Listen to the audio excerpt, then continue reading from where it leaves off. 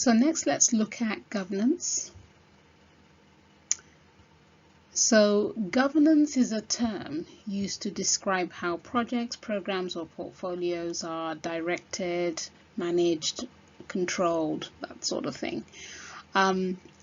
So project governance describes the various guidelines and committees that we put in place to ensure that our work is going according to plan and is on track to deliver the outputs, the outcomes, the benefits, the reason why we've invested in these. That's why we have governance.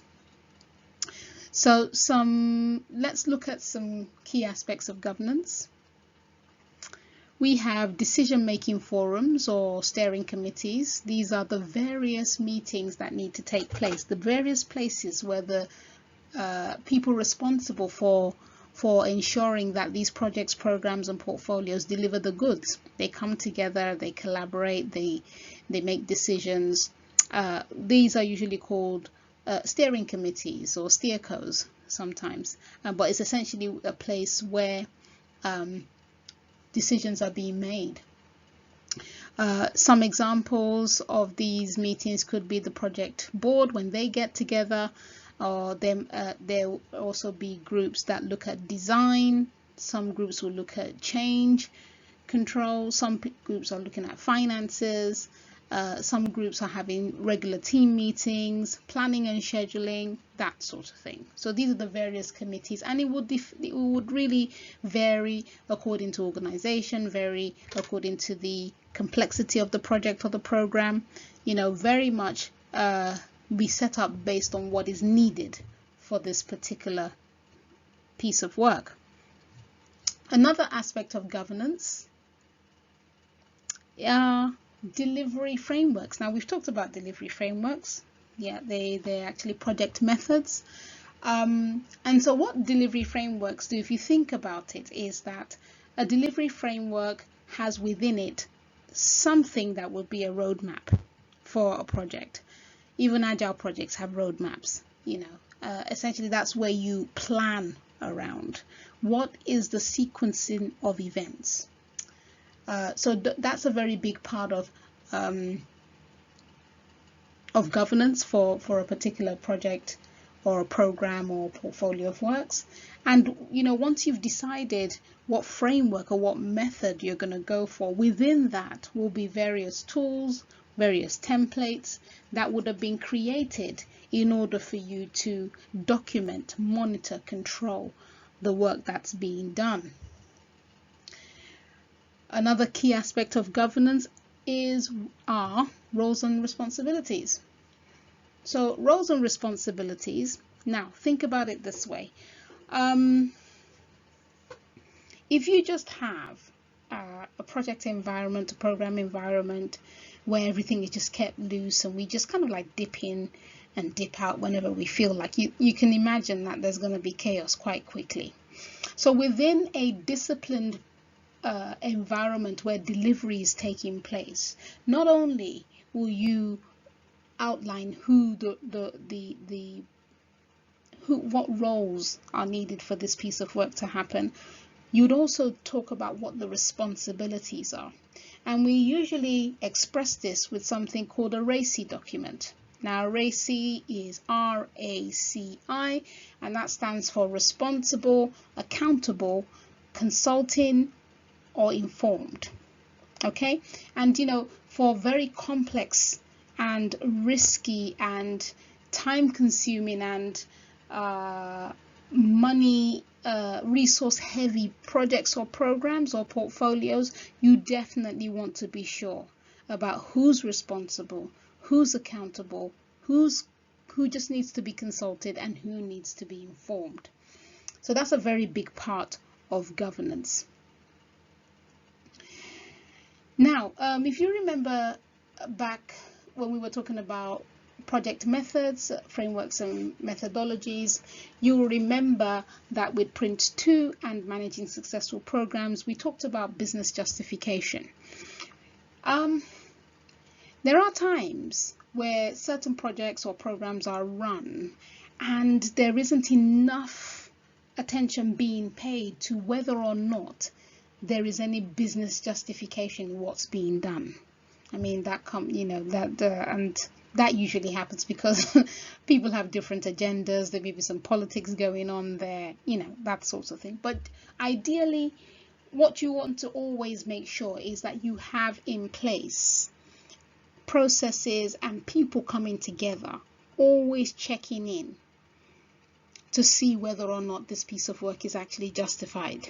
And for a piece of work to be justified, you're essentially talking about, are there going to be return on investment? What is the return on investment? How are we going to measure it? What is the benefit of this for us? In some projects or programs where sort of like a rule has come out, it's regulatory. Like, for instance, when the whole GDPR thing came out, everybody had to do it, whether you liked it or not. And the benefit there was that you wouldn't be fined by the government or the authorities, So with business justification, what we're talking about is that in that governance space, there needs to be a group of people that are having that regular meet to talk about the business cases that have been created. Are they really returning investment? When are they going to return the investment? The benefits that we're expecting, because sometimes a project or program could deliver, but the benefits are not immediate. They could take years in some cases. So if there's not something put in place that is tracking and monitoring and making sure that those benefits get realized, then they may not actually be realized. And all of that work would have been a waste. So this all sits within your governance space. How do we decide that this work should still continue? And then we have independent assurance.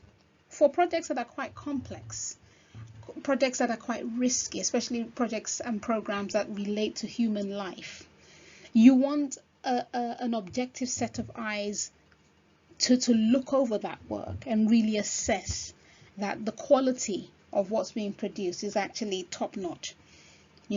So within your governance, you want to build in independent assurance. So the project team, most of the time, program teams, they're so kind of like engrossed in what they're delivering, they may not be able to be as objective as one needs to be.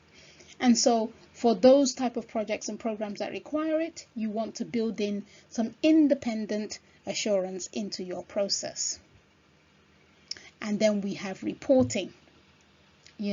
What are the different reports that we need to create? Do you remember when we were looking at reporting and metrics, and I said that it would depend on the organization, it depends on the kind of project that is going on. It's within the governance space that it gets the project manager or the program lead gets told that, well, these are the type of projects, reports and KPIs and metrics that we expect to see from you for various reasons. So some projects may have quite a tranche of different reports being created, and some projects may not, because of the fact is they've decided that there's no value in doing all of that work. Just produce this report and that will be fine. So all of that is decided within the governance space. So essentially, these are the questions that are being answered.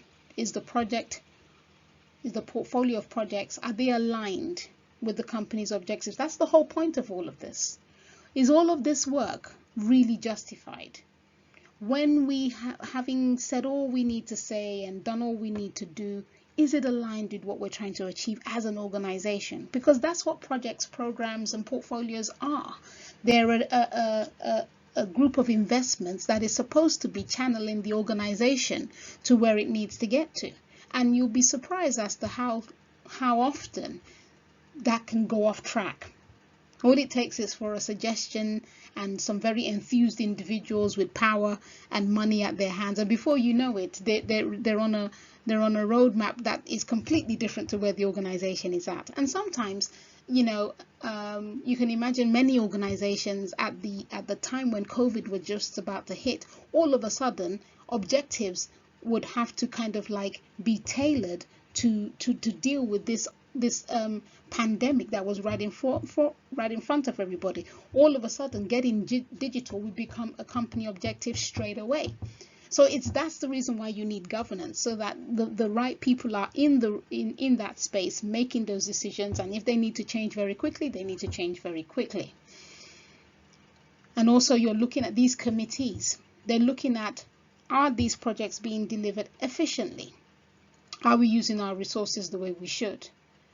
And are decision makers being informed of the status of projects in a timely manner? These are the sorts of questions that our governance is attempting to address.